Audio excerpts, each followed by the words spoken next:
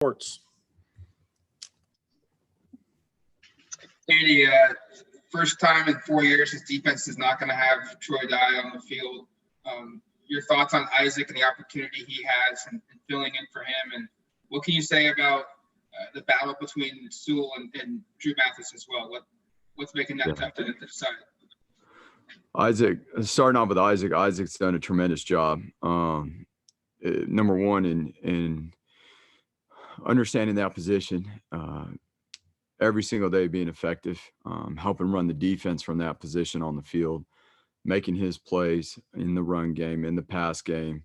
We're really excited about, his opportunity to play that position. And then obviously, yes, to the field side with Drew and Noah battling out. They'll both play. They both do a good job. Obviously, they have their strengths, and we'll make sure we'll play to those. And as we continue to build, keep building on the weaknesses. But we're really excited about that core and the depth we have there.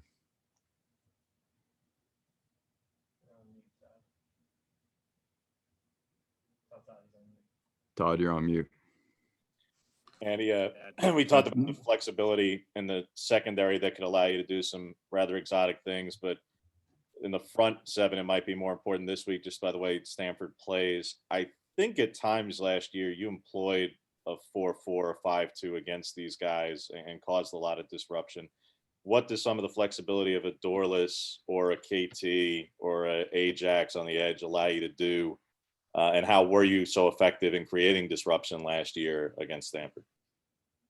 Yeah, I mean, obviously they're going to play a lot of different personnels, and being able to match those personnels, whether it be speed on the field or they put their bigger bodies on the field. And, we've got to be able to match our personnel to theirs. And when they put their bigs on the field, we got to put our bigs on the field. When they put their speed on, we got to put our speed on. And ultimately it comes down to handling our process and the operation and the pre-snap to handle all those different looks and be able to execute our responsibilities. Eric Scopel, 247 Sports. And I probably wasn't the only one surprised to see KT atop the SAM depth chart. How long has that been in play? And what kind of gives you the confidence he can do that? And how has that impacted his practice habits? He played that position at the end of last year as well. He got some snaps at that in the Rose Bowl. So he's been doing it since last year. Obviously, we feel good about the depth there with him and Ajax at that position there, and being able to again match the personnel that we're getting, from the offense. And he's done a really good job of it. Ryan Thorburn, the Register Guard.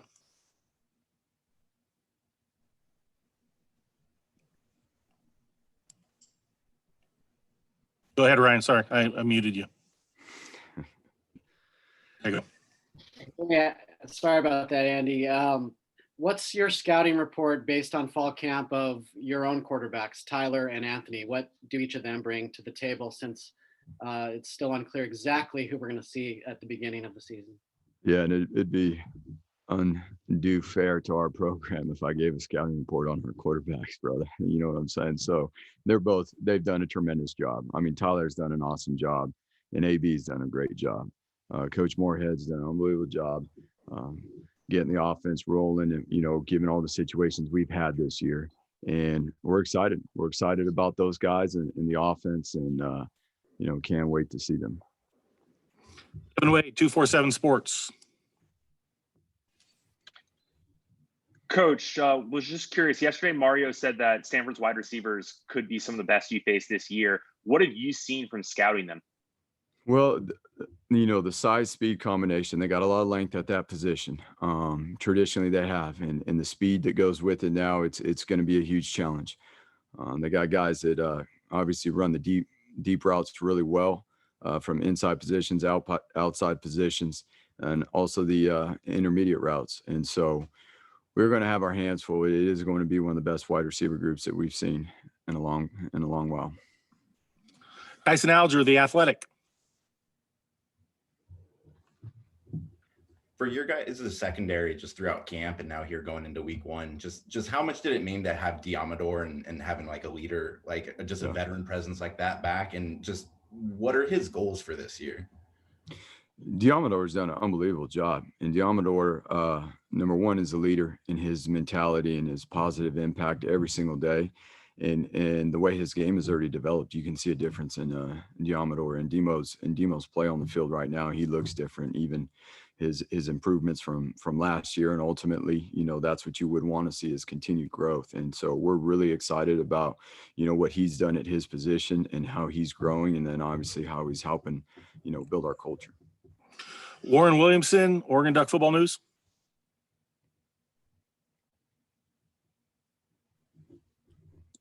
Sorry. Andy, I want to step away from football just for a moment. Election day, how important is it to you as mentors and coaches to talk to your young men about today's importance, voting, and how engaged have they been over these last few days about that process? Yeah, there's no question. I mean, I think with the way the process works, currently a lot of the guys have already taken care of that prior to today in terms of the voting and stuff. And the registration to get signed up to vote, we were way out in front of that with 100% of our team registering to vote, and each of the position coaches, jumping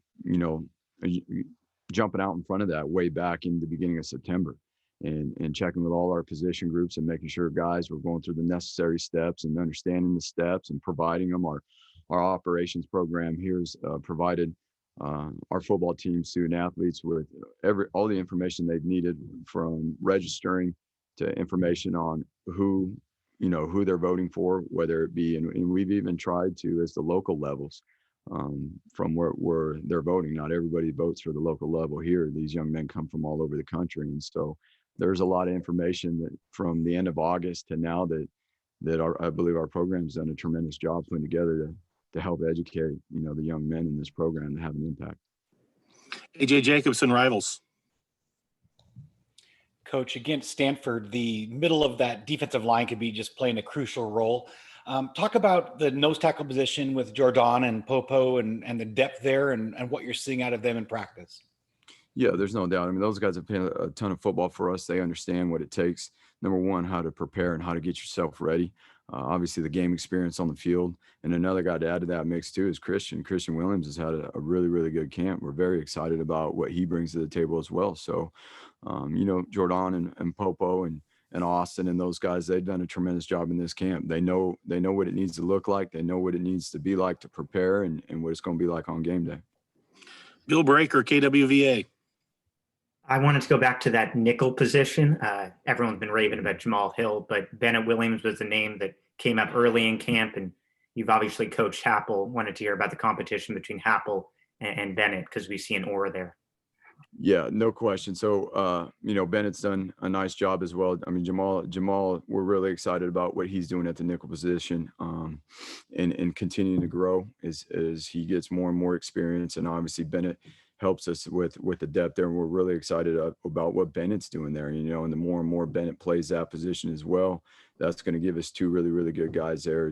Obviously Happel has the flexibility to play two positions to the field side there. James. Andy, since you faced Costello last year and their running back changes as well, what were some of the more applicable games to watch with Mills at quarterback and analyzing these running backs who you guys just didn't see very much of? And they claim to be 5 deep at running back, but you really only faced Scarlett and one guy for like 3 carries. Yeah, no question. That's obviously a good question. It's a different quarterback this year.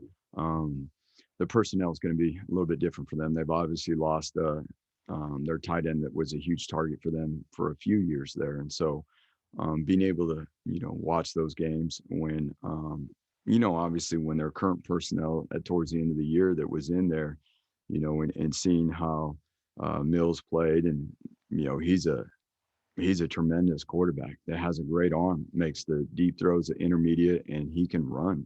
And so, that's something that's a little bit different than last year for us, is that, he will get out of the pocket and move when he has to, and he can do it well. Eric Scopel.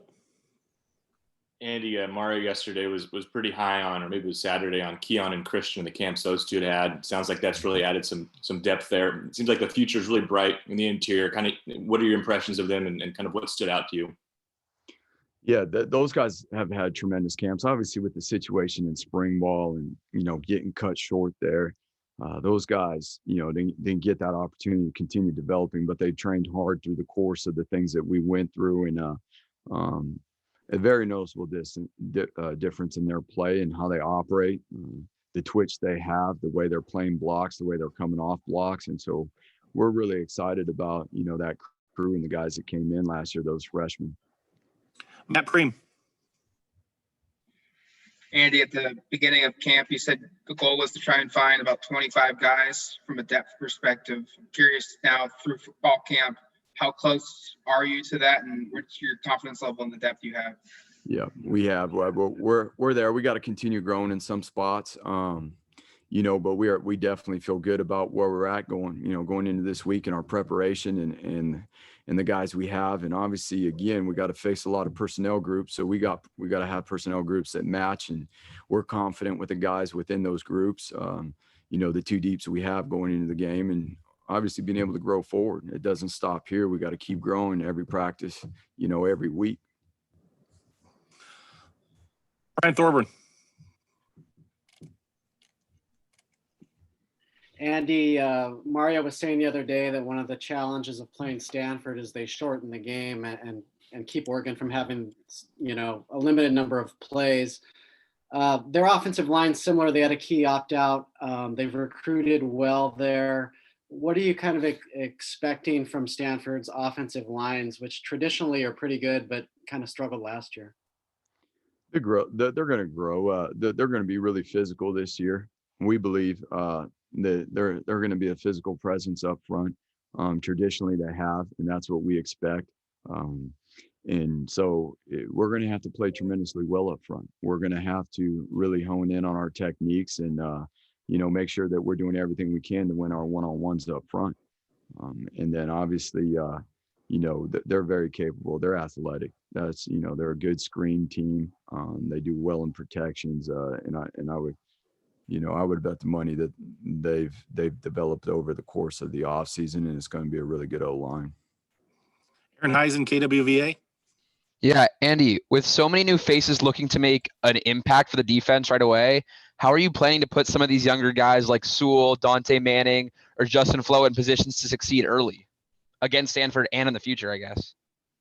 Well, I mean, right now we're worried about Stanford, and preparing for this game. And obviously they each have their packages and things that, they're doing well right now where they can hop in there and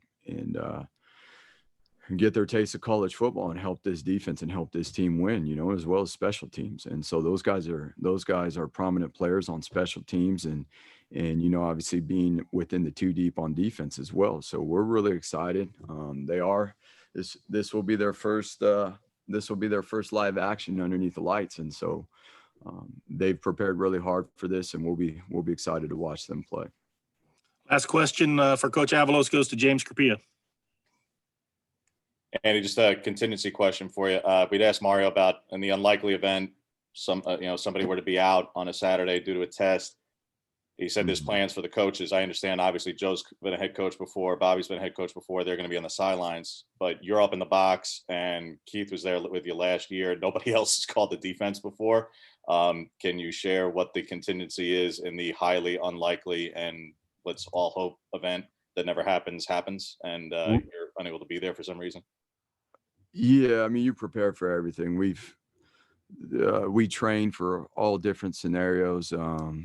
Obviously, given this situation this year, that has become a scenario we got to train for. And even before this, guys on the defense take turn calling it, whether it be at practice and play at periods or, in scrimmages, guys getting to do those things. So I can't share exactly the contingency plan, but we have prepared for it and guys have done that. I mean, it's something that we typically do regardless of the situation of 2020 with the COVID and things like that. That's just something we always do. So coaches are engaged, they get their opportunity to do it as well, and everyone's continuing to grow forward. Thank you, Coach Avalos. Appreciate your time. Thank you, guys. Have a good day.